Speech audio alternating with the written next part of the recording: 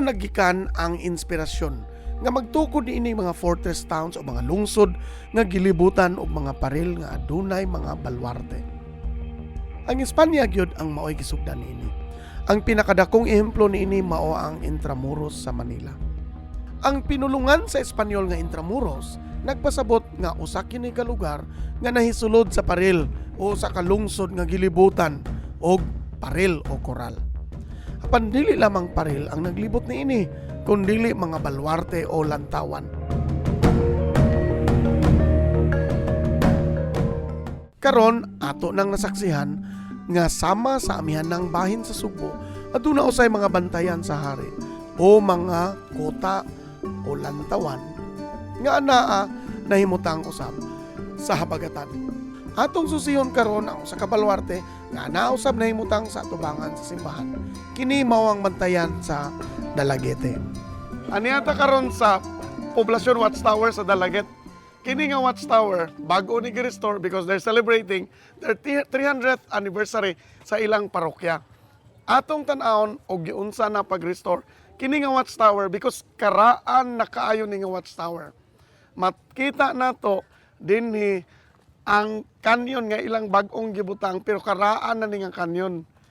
Kini nga watchtower gigamit gyud ni para depensa batok sa mga Moro nga manguha og mga tao dadon sa Mindanao ibaligya didto sa Molucas aron himuong mga ulipon og mga mutabang sa Dutch didto sa Europa.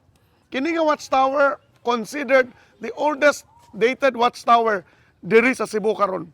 Naagid siya exact provenance 1768 dili ikalalis pinakakaraang watchtower nga nabilin sa Cebu karon. Maayo kaayo ang pag-atiman sa watchtower sa Dalagete. Tungod tingali kay kini nahimutang man sa sulod sa kayutaan sa simbahang nagpakabana. Apan nasayod ba kita nga aduna pay daghang mga watchtowers o mga balwarte nga karon anaan na sa mga pribado nga mga kayutaan. Ang uban niini wala nay atiman o ang uban sayop ang pag-atiman. Sama niini usa ka watchtower sa Oslo nga karon gihimo na nga usa ka bar daplin sa dagat. Sayang, di ba? Yun na, mangutana tingali kita. Yun sa man paghimo kining mga kuta o mga bantayan sa hari.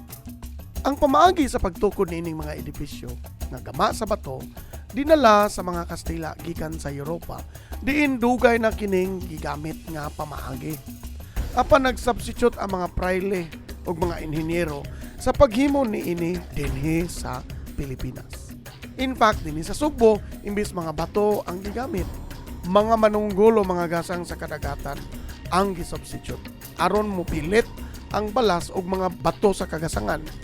Gisunog ang mga kinason o gipulpog dayon, gisagulan og suka.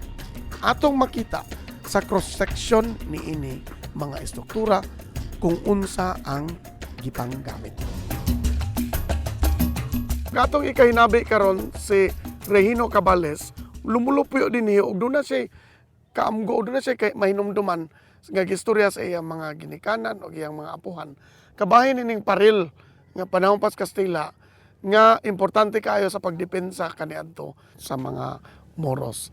No, unsa may gigamit pagbuhat ani? Ang paggamit ini ga kuha sila mga bato, ilang gi kamada, ga kuha sa dagat og mga hunas. Hunas nga kinason. Kinason. Ilan ang gisunog. Sunog. Yung gibubuan og tubig ug suka. Suka. Ilang gidabok, mayo, gi-powder. Ilang gipatapos sa mga batong gipalit. Mapilit. Wala sa guli ka ng ingon nila gatas, Wala. tagok sa lawat. Wala dyan. Kana ra gyud. Kana lang. Walay bas gisagol. Dunay sila pino ang mga graba mo gipapilit. Nya ang mga bato gisadap na gikamada. Gigamit na sila pagtukod ini katungod sa unang panahon sa 1817. Ang mga karaan sa una moadto sa bungtod ini kung panitan moadto sa dagat. Dunay babae nga mga Kristiyanos nga bihagon sa Muslim. Mo nang gitukod nila na. Makita man nila nagdunggo sa mga Muslim. Dilibot dapitas bungtad. So mo ni siya pang depensa gyud. Pinsan sila nga ilang molag headquarter ba nila dila.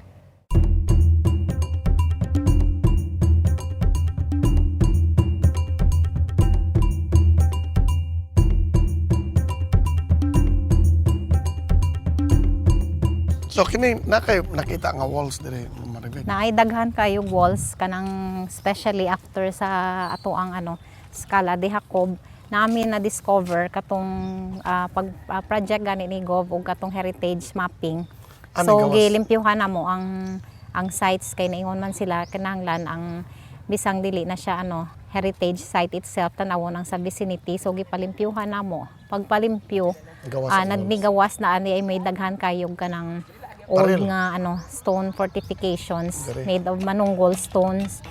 Nagtukod ang atong mga kagikan kaniadto ni ining mga paril aron sa pagprotektar sa katawhan aron dili sila madagit sa mga pirata. Apan unsa man gyud ang hinungdan nganong sakbiton o dagiton man ang mga katawhan kaniadto. Atong mabasa sa libro ni James Francis Warren nga naguluhan The Sulu Zone 1768 to 1898. Nagasugod yun ang sistematiko nga pagpangdagit sa dihang nanginahanglan ang mga Dutch ug ang mga English nga mga kolonyal ug ang mga lokal nga mga lumulupyo sa Sulu sa mga tawo aron motanom sa mga dagkong mga kayutaan nga gipanamnan ug mga spices o mga panakot. Busa dili tungod kay Katoliko kita mao ang hinungdan nga nanganhi ang mga piratang Muslim nga mga Maguindanao ug Maranao. Ang panginahanglag mga ulipon nga motrabaho sa nagkaanam na kadaghang mga umahan ug nagkaanam na kadato nga mga tawsog ilalom sa proteksyon sa sultan sa Sulu maoy hinungdan. Gamit nila ang mga paraw, mga pangko, mga karakoa o uban pang mga klase sa mga sakayan aron pagsakmit sa atong mga kaliwat kaniadto. Atong mahibaluan sumala sa atong pagbasa sa libro ni Warren nga dili lamang ang mga Kabisayan ug Luzon ang nahiagom sa mapait nga pagpangayam sa mga pirata. Mismo gani ang isla sa Sumatra ug ang mga palibot nga isla niini nga mga Muslim ang lumulupyo kanunay pong pangsakmiton sa mga pirata nga nakabase sa Sulu. Unsa may nakapaundang sa Moro piracy kaniadto?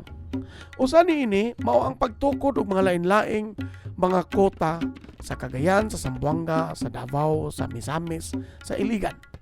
Nagmadaugon usab ang kampanya ni atong 1848 to 1851 batok sa mga pirata sa Balangingi sulod sa Tawi-Tawi.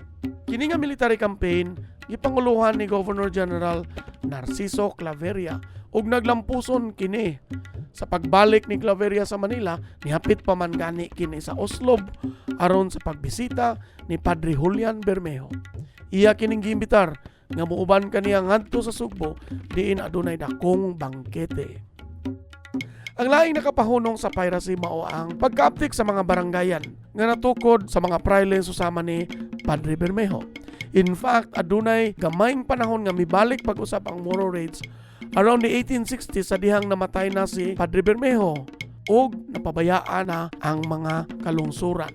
Maayo na lang nahinduman pa nila ang mga estratehiya nga gitudlo kanila sa mga praile nga susama ni Padre Bermejo.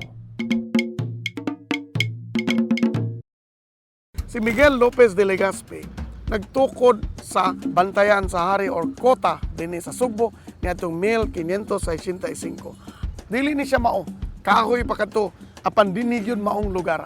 Ang kontra atong panahon na mga Portuges pa ug mga nitibong Sugboanon. 200 years later, gi-repair ang Fort San Pedro, gihimong bato ug solid siya diha gyud pagsugod sa mga piratang Muslim nga buot manguha og mga Sugboanon og dagit dadon sa Mindanao, sa Sulu o dito sa Molucas himuong mga ulipon.